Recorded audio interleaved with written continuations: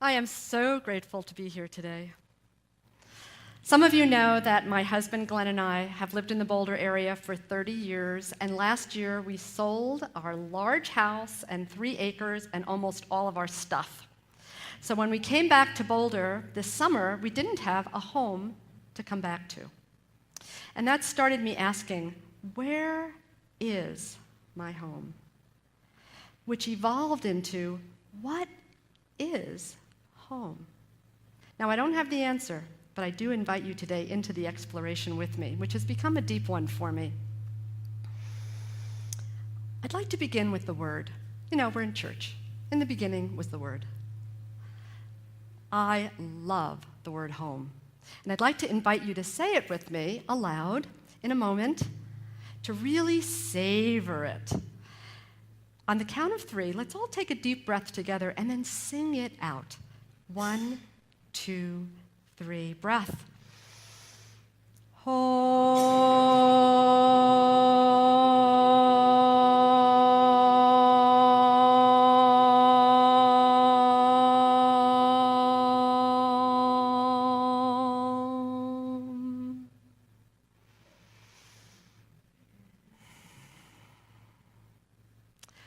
When we sold our house, did we sell our home?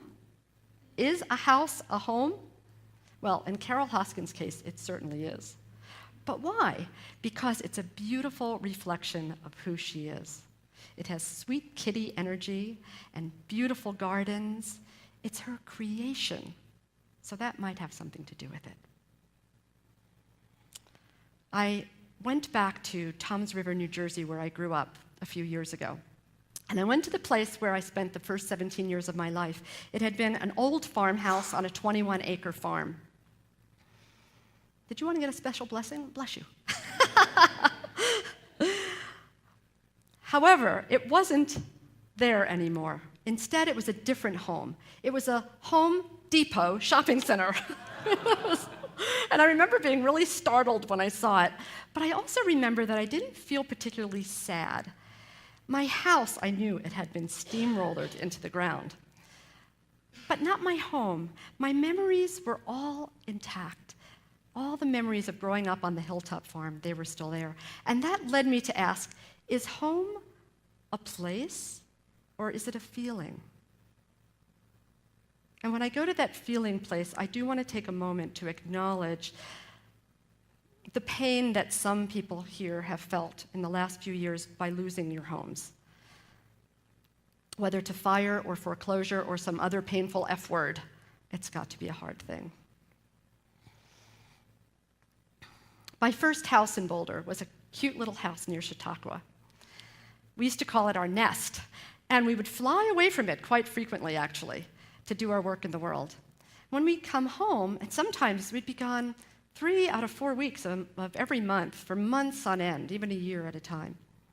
My friends would say, don't you miss being at home? And I would check to make sure I wasn't just saying something trite.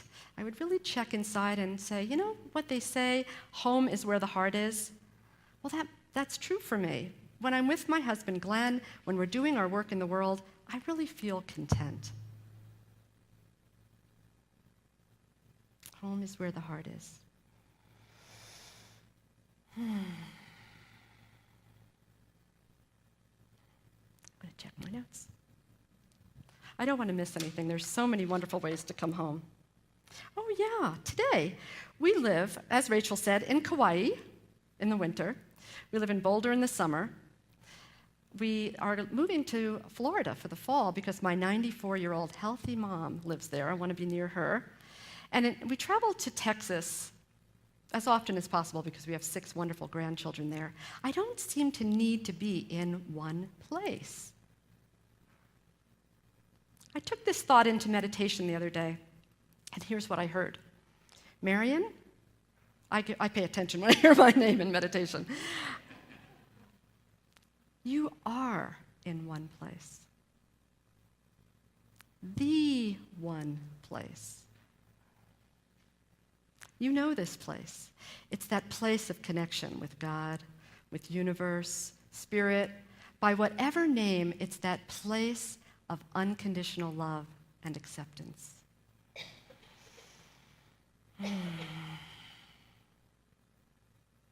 It's a good place to be.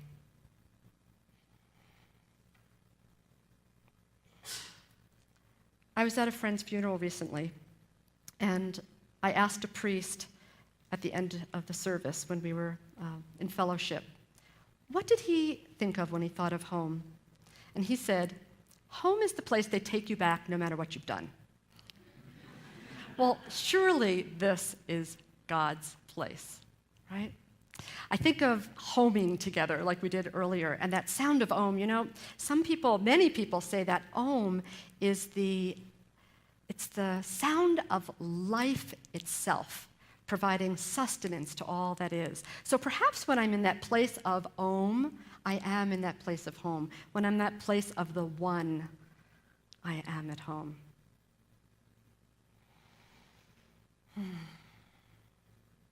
The breath is something I've been exploring also in relationship to being at home. When we went into homing together, we took a deep breath, and when we came out of homing, we took another one, and I didn't even have to tell you to do that one. It just happened naturally. So I've been looking at where has my breath played an important role in my life, other than every minute keeping me alive. And there were 3 times that came to mind. One of them is about 10 years ago, I did a program called Naturally Thin. And in Naturally Thin, one of the things that I learned to do was to notice when I had eaten enough and then stop there. Now, my body gave me a special signal, and maybe it was unique to me, I don't know, but I'd be eating along and suddenly I would hear myself sigh. And I came to know that as my body's or spirit's way of saying, you've had enough. You're satisfied. Not full, but fulfilled. And then I thought of times I was less fulfilled that my breath helped me, like when I spent time with my mother-in-law. Sorry, Glenn. She would get so annoyed with me, out of the blue, she would say, you sigh all the time. Well, I didn't even know I was doing it. I honestly didn't even know I was doing it, but it must have been Spirit's way of taking me home when I felt particularly stressed. And then when I was 32, I did an NLP session to help myself stop smoking after 16 years. And the NLP therapist had me create a picture of myself inhaling cigarettes and replace it with a different picture of myself, mental picture of myself just inhaling. And so for years after that session, when I craved a cigarette, instead of taking a drag, I would just take a deep breath. Everybody, take one with me now.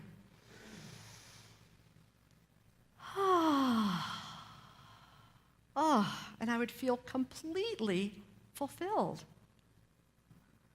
So could it be that easy? That when I want to head home, I just can take a deep breath and I'm there?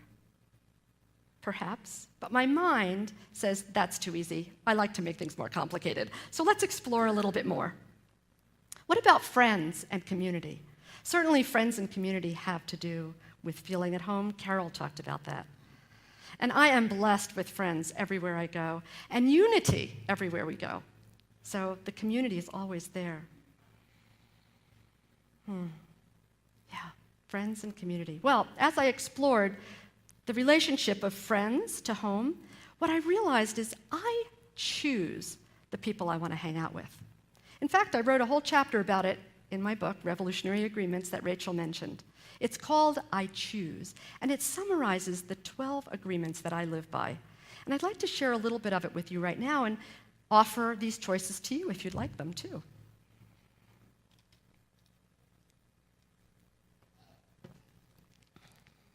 A joyful child. Okay, the future is now. You are creating it in this very moment. What do you choose? I choose to surround myself with like-minded, like-hearted, and light-hearted friends, to surround myself with people I can trust to speak their truth with compassion for themselves and others, people who are passionate about living their missions and who support one another to achieve their goals and dreams. People I can trust to take problems directly to the source, especially if it's me, and who will remind me to do the same. People who respect my right to my own perspective and who honor our diverse choices. People with whom I can effortlessly lighten up and feel completely free. Now that's like being at home, and thank you to my friends who have joined us in Unity today with whom I feel that way. I appreciate that so much. So is it friends, community, or is it the values that I live by that make me feel at home? The values, like the revolutionary agreements that I live by, and the 3 pillars of a good life, I call it, that those agreements fall into: truth, acceptance, and gratitude, where truth is being the truth of who I am. Now you're sitting there saying, well, who else could you be? But I can tell you that, because for 30-some years, I tried really hard to show up being what I thought everybody else wanted me to be. And that was stressful. Yeah. And then I learned that I would rather have one friend who accepted me for who I was than 100 friends who liked me for who I was pretending to be. That was an important time in my life. And then there's acceptance, the second pillar. And acceptance is a positive way of saying non-judgment. So these 4 agreements help me not to judge myself and others as much as I used to. And here's what I've discovered. The more I practice acceptance, the less I have to practice forgiveness. The third pillar is gratitude. And I want to take a moment to express my gratitude to you, because it was Columbine Unity 7 years ago that started the first program on the revolutionary agreements. And now it's in churches all over the nation.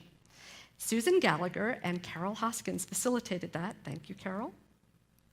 And one of the churches that used the agreements in the last couple of years with their women's spirituality group, in fact, there's a woman here from that other church, for a 12-week program, and then the minister, Reverend Marty McMain, took the agreements to her congregation and did 1 sermon on each agreement, 12 sermons.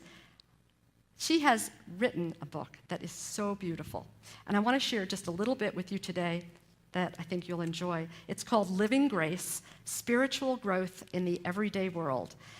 What she did was she matched scripture to each agreement, and then she provides 4 beautiful reflections after each one that take us deeper into who we are and also closer to God. So beautiful. So I'll read just a little bit from one of her reflections. One of my favorite images of prayer is, quote, crawling into the lap of God. So imagine that you have now crawled up into God's lap, and God holds you gently, tenderly, and says to you, from Isaiah, forget the former things, do not dwell on the past. And from Jeremiah, for I know the plans I have for you, plans to prosper you and not to harm you, plans to give you hope and a future. I have loved you with an everlasting love. I have drawn you with loving kindness. Call to me, and I will answer you and tell you great and unsearchable things you do not know. She goes on to write, breathe in these words, read them again, and hear God whisper them to you. I have loved you with an everlasting love. Imagine yourself snuggling into God's big arms and resting, or even burrowing your face into God's chest and weeping. When you are ready, say, thank you, God, and breathe. Truth, acceptance, gratitude. These are important values to me. So when I live these values and I surround myself with others who live these values, I do feel at home. I have one more expression of home, coming home, I'd like to share with you. And it's something I've been practicing for over 20 years. You'd think I'd have it by now.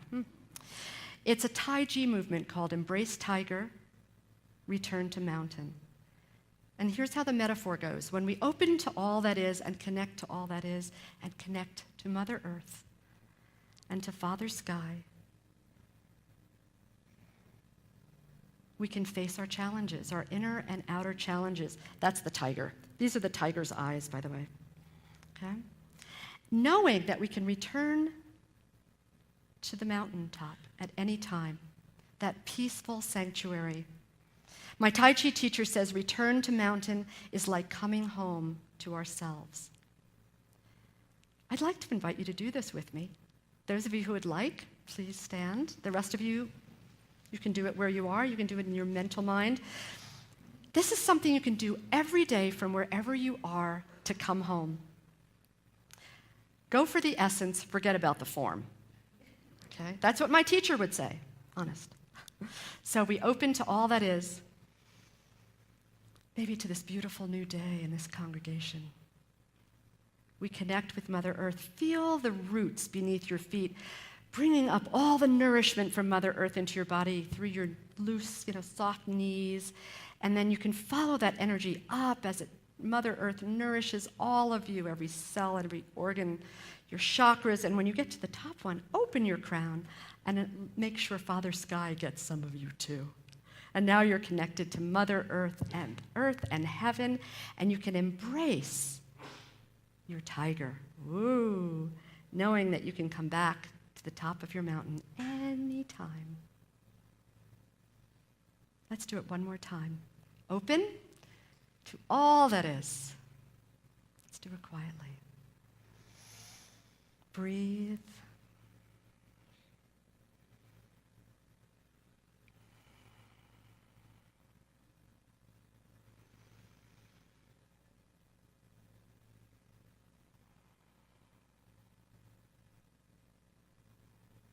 Thank you. You may be seated.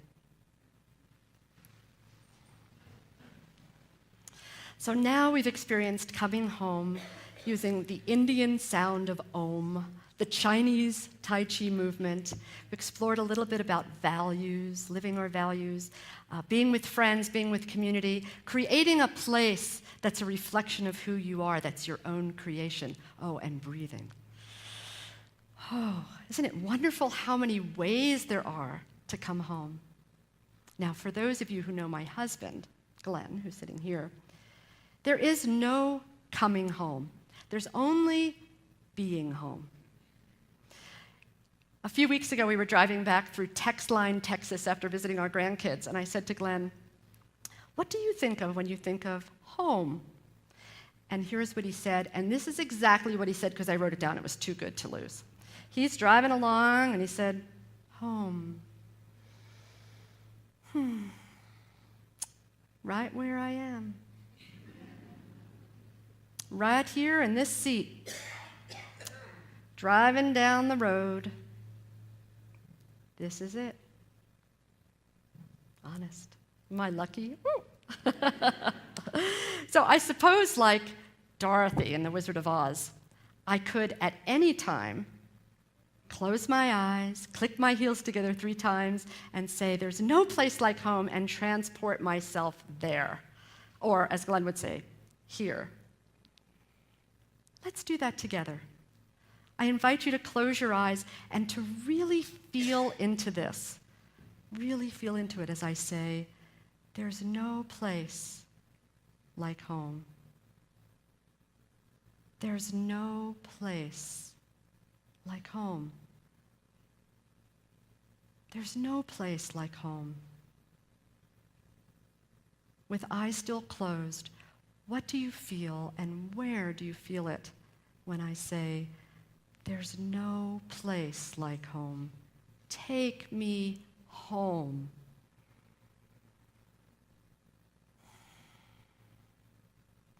Like me, do you feel a peacefulness in your heart? Perhaps home is where the heart is. That yearning that we sometimes feel perhaps is not for a house, but for that place of unconditional love and acceptance.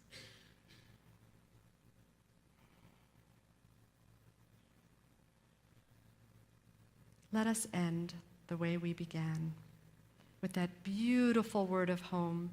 On the count of 3, we'll take a deep breath together. 1, 2, 3. Breath. Home.